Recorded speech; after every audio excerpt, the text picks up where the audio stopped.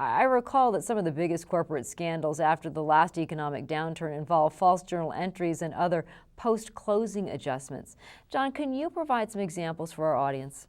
Unfortunately, Becky, there's more than one or two, but a couple. WorldCom is become the poster child for this. They made, among other things, they made journal entries quarterly that were, generally speaking, debit equipment and credit sales. And so just by making the journal entry, you overstated sales and you made your financial information look more positive than it would have been otherwise.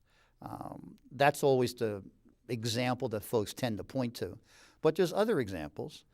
Rite Aid created fictitious revenue by doing journal entries that primarily debited accounts receivable and credited vendor rebates.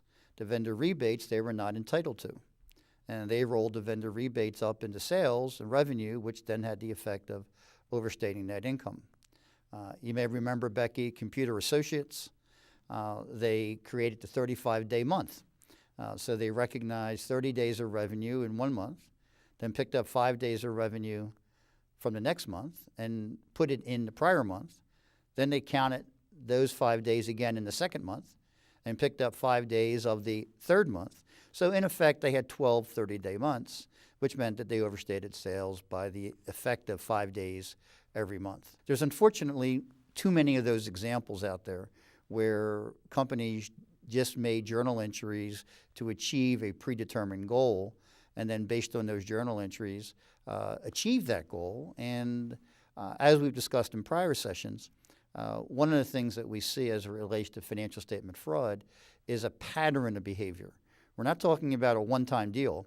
Once somebody does it once and get away with it, they believe they can do it a second time and get away with it, and a third time and get away with it.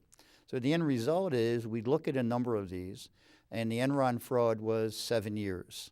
The Parmalat fraud was 10 years. The Rite Aid fraud was 3 years. And we can look at those and see that that's a consistent pattern of behavior over time. And the methodology for much of this is using non-standard or topside journal entries.